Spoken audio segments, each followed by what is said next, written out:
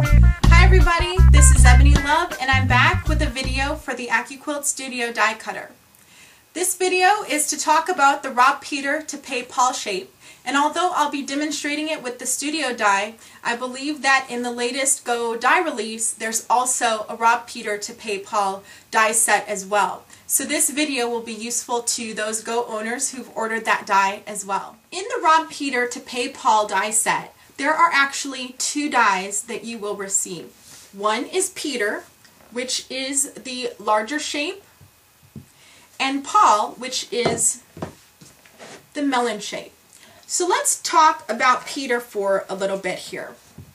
Peter is an interestingly shaped die. All I can say is that it is a square with bites taken out of it. What I always do before I use a die is I use a silver Sharpie to outline the die blades. Now this particular die you need to be careful as you're outlining because it's a curved shape, and the curved shapes on the Studio dies have these cutouts, or these dog ears, or not dog ears, these little divots to help you align the shapes as you are stitching them together. So these are, I believe they're called, I can't remember what they're called. Let's call them divots. So those will help you to align the shape as you are stitching it on the machine. So when you're outlining, your pen might want to skip over that a little bit. So you just want to be careful as you're outlining the shapes. And that's on all four sides in the center of the shape. Now because this is an oddly shaped piece, you want to make sure that you align this on the straight of grain. It's very important that these curved pieces are cut on the bias so that it stretches in the right place as you're stitching. So this is one of those shapes where the grain is particularly important. If you cut it off grain, you're not going to get the appropriate amount of stretch as you're stitching it. So to align this on the straight grain, you need to snap a couple of lines, and to do that you want to take your ruler and align the 1/4 inch mark with the tip of the shape on both sides. So it doesn't matter which tip you're using to align the shape, it just matters that you're consistent. So in this particular case I'm using the very outside of the tip on both the top and bottom to draw my straight line. Then you want to repeat the same thing along the top edge of the die. So you can see I have a straight line here and a straight line here. I measured this particular shape, and a piece of fabric that would fit perfectly over this shape is 9.5 inches square. So that's just a tip for you to, as you are folding your fabrics for this shape or cutting strips for this shape, that 9.5 inches wide is really what you need to cover this shape with a little bit of allowance on the outside.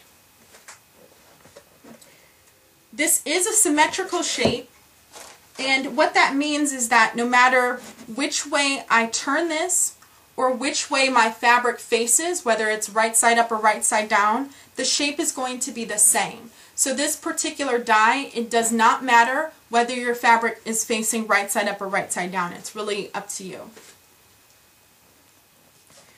So I've run this shape through my die cutter, and I've gotten this very nice large Peter shape.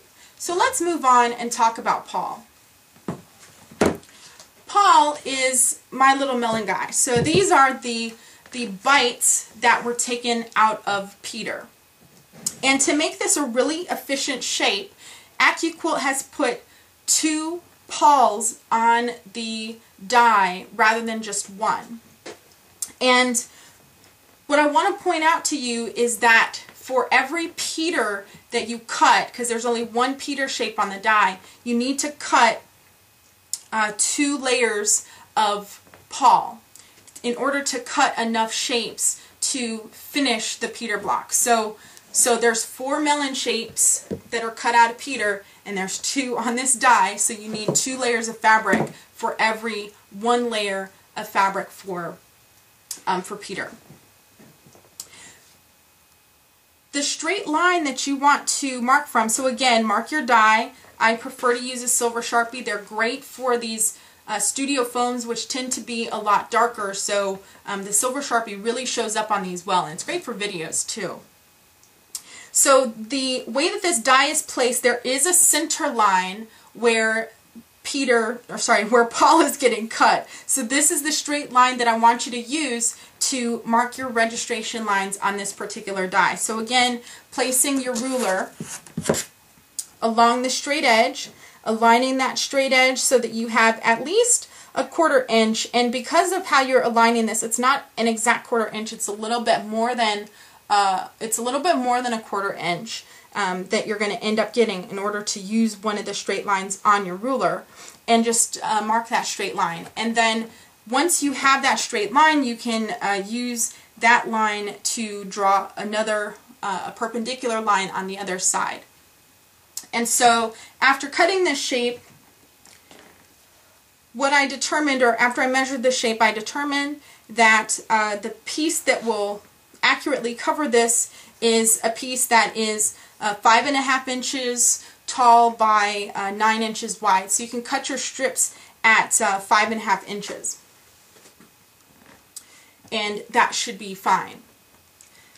If you want to cut really more quickly, you could cut strips that are 9.5 inches wide and just end up with a little bit of a bigger piece. But then you could use those 9.5 strips for both Peter and Paul without having to recut. So that'll give you a little bit more waste or extra fabric along the edge, but it makes for efficient strip cutting on those. Now Paul is also a symmetrical shape, so what that means again is that it doesn't matter whether the fabric is right side up or right side down, I'm going to get the same shape. So that is really great for this particular pattern. So next, I'm going to take you over to the sewing machine and give you some tips on how to stitch this particular shape together.